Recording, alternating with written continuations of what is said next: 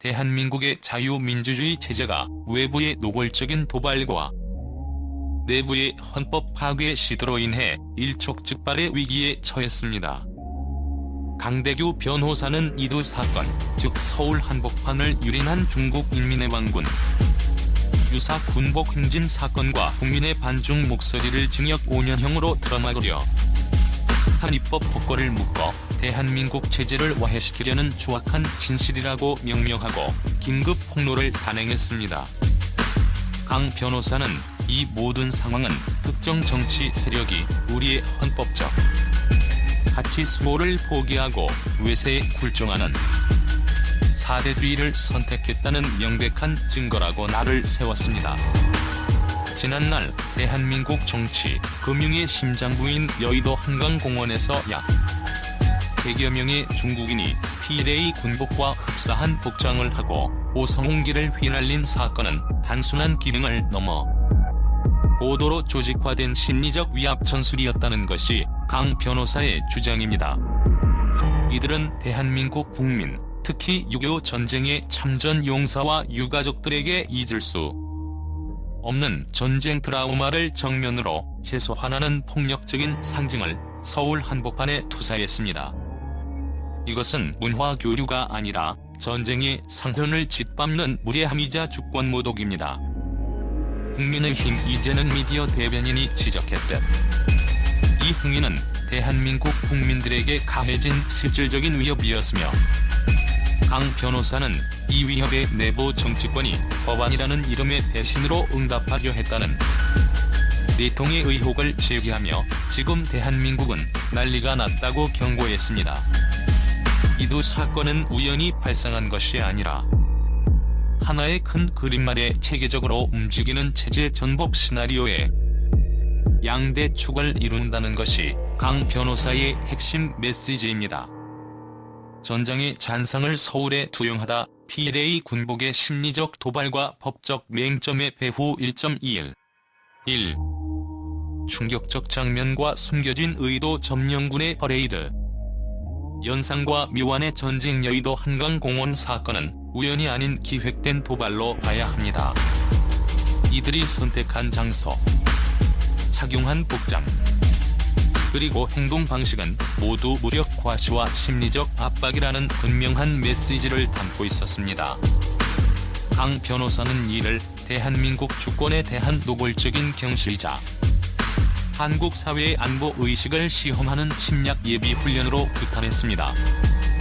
특히 중국 인민해방군은 6.25 전쟁 당시 수백만 명의 병력을 투입하여 대한민국 통일을 막고 전선을 교착시킨 적성 군대였습니다.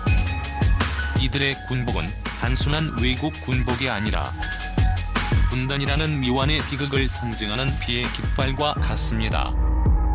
이러한 상징물이 휴전 국가의 수도 한복판에서 대규모로 등장한다는 것은 우리는 언제든 다시 올 수 있다는 오만하고 폭력적인 메시지를 한국 사회 전체에 주입하려는 의도로밖에 볼 수 없습니다. 이는 국민들의 안보 심리를 무너뜨리고 중국에 대항하면 너희 국토에서도 이런 일이 벌어질 수 있다는 무언의 경고를 던지는 것입니다. 1월 2일 주권 포기의 흔적 외국 군복 단속법의 무력화와 입법부의 태만 더욱 충격적인 것은 현행 대한민국 법이 이 도발에 대해 무력하다는 사실입니다. 현재 군복 및 군용장구의 단속에 관한 법률은 오직 대한민국 국군의 현용 군복만을 처벌 대상으로 한정합니다. 즉, 국민들에게 치명적인 트라우마를 안기는 PLA 군복이나 북한군 복장을 입고 시위를 해도 법적 처벌이 불가능합니다. 이는 입법부의 명백한 직무유기이자 국민 안전에 대한 고의적 방임이라는 비판을 피할 수 없습니다. 강대규 변호사는 이 법적 맹점을 두고 주권 국가가 자국 군대의 위신은 보호하면서 국민의 생명과 안전을 위협했던 적성 국가의 군복 상징물에 대해서는 눈을 감는 안보 역설에 처해 있다고 비판했습니다. 그는 이어 우리 법은 독일의 나치즘, 이탈리아의 파시즘 상징물처럼 인류 보편의 인권과 대한민국 체제를 위협하는 상징물에 대한 최소한의 방어 기제조차 마련하지 못한 채 이러한 법적 방어선의 부재는 외부 세력에게 한국 사회는 만만한 곳이라는 잘못된 신호를 주어 유사 도발을 부추기는 결과를 낳습니다.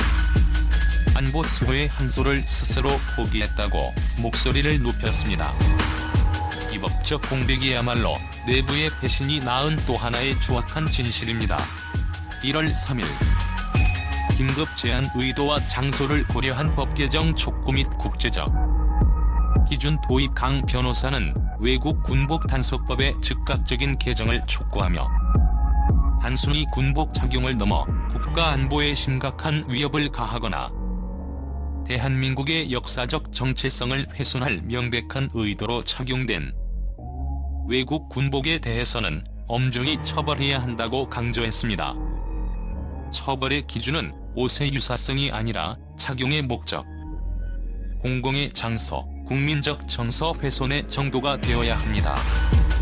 강 변호사는 구체적으로 북한 노동당, 중국 공산당 등 전체주의 정권을 상징하는 기장이나 제복의 공공장소에서의 대규모 전시 및 착용 행위를 금지하는 조항을 신설해야 한다고 제안했습니다. 이는 국제적으로 많은 민주주의 국가들이 자국의 체제를 위협했던 과거 독재 정권의 상징물을 규제하는 것과 같은 맥락입니다. 법 개정을 통해 국민의 트라우마를 치유하고 외부 위협에 대한 명확한 국가적 저항 의지를 천명해야 합니다. 이는 대한민국이 자유민주주의 국가로서의 정체성을 수호하겠다는 대내외적 선언입니다. 2. 헌법을 파괴하는 내부의 배신. 국민의 입에 족쇄를 채우려는 추악한 진실. 외부의 군복 도발에 이은 내부의 추악한 진실은 더불어민주당 일부 의원들이 발의한 반중 시위 처벌 법안입니다. 강대규 변호사는 이 법안을 중국 공산당의 지침을 이행하려는 위험천만한 헌법 파괴 시도로 규정했습니다. 2월 1일 표현의 자유를 징역 5년형으로 거래하다. 헌법 제21조의 위기. 이 법안은 국민이 CCP 아웃, 프리 홍콩, 티베트 독립 등 중국 공산당의 독재와 인권 탄압을 비판하는 구호를 외치거나 시위하는 행위를 처벌하고 최대 5년 이하의 징역형까지 부과할 수 있도록 규정했습니다. 이는 명백히 대한민국 헌법 제21조가 보장하는 표현의 자유와 집회 및 결사의 자유를 정면으로 위반하는 행위입니다.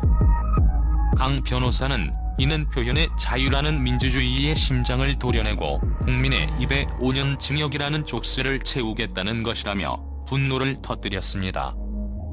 정치적 견해 표명은 민주주의 사회에서 국민이 주권을 행사하는 가장 기본적인 방식인데 특정 외국 정부에 대한 비판을 형사 처벌하려는 것은 정치적 발언에 대한 국가 검열을 합법화하려는 전체주의적 발상입니다.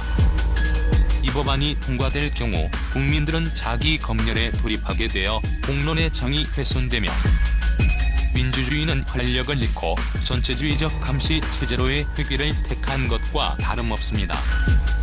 강 변호사는 이는 입법권을 오용하여 국민의 기본권을 침해하는 입법 독재의 표본이라고 규탄했습니다. 2월 2일 좌파 진영의 선택적 관용과 사대주의의 정체. 이중잣대의 극치. 강 변호사는 이 법안이 이중잣대와 선택적 관용의 극치를 보여준다고 폭로했습니다. 지난 30년간 민주노총 등 좌파 진영 주도로 미군 철수, 한미동맹 해체를 외치며 미국 대사관 앞에서 격렬한 반미 시위가 수없이 벌어졌고 심지어는 미국 국기를 훼손하는 행위까지도 표현의 자유라는 명분하에 대부분 처벌받지 않았습니다. 그러나 중국 공산당을 비판하는 국민의 목소리에 대해서는 징역 5년형이라는 국형을 가하려 하는 것은 친중은 허용되고 반중은 금기되는 종속적 이데올로기를 정치권이 내재화하고 있음을 증명합니다. 강 변호사는 이러한 행태를 국민의 자유와 헌법을 중국 공산당의 심기에 맞춰 팔아넘기려는 추악한 사대주의라고 규정했습니다. 사대주의는 단순히 외교적 종속을 의미하는 것을 넘어 국가적 주권과 국민의 자유의지까지 포기하는 정신적 굴종이며, 이는 대한민국 건국 이념에 대한 가장 큰 배신입니다. 국민의 자유를 지키는 길 대신 강대국에 굴종하는 길을 택한 것입니다. 3. 체제전쟁의 최전선 외부의 위협과 내부의 배신. 통일전선의 침투 메커니즘 여의도의 군복 도발과 반중 시위 처벌 법안은 결국 중국 공산당의 통일전선 전략이 대한민국 내부에서 동시에 작동하고 있음을 보여주는 결정적인 증거입니다. 통일전선 전략은 적대국 내부의 취약점을 파고들어 여론, 학계, 정치권을 장악하여 대상국의 정책 결정을 자국에 유리하게 유도하는 소리 없는 전쟁입니다.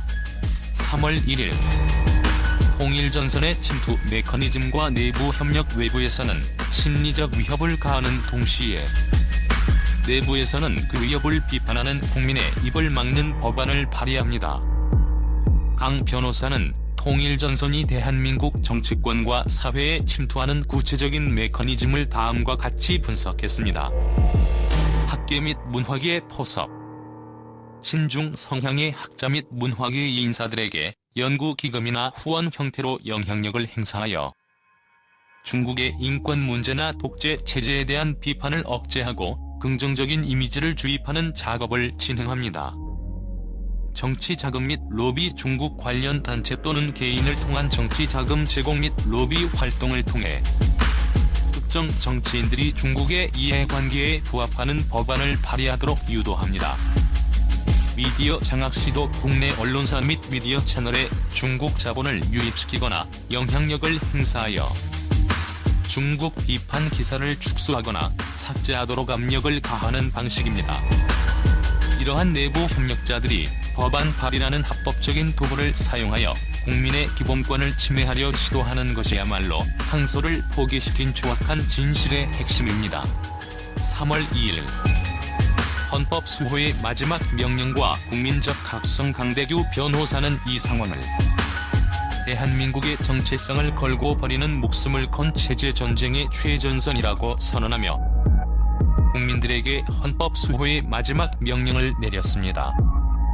배신에 대한 심판. 반중 시위 처벌 법안을 발의한 의원들은 헌법적 가치를 훼손한 배신자로 규정하고 전국민적 저항을 통해 즉각적인 법안 철회를 관철해야 합니다.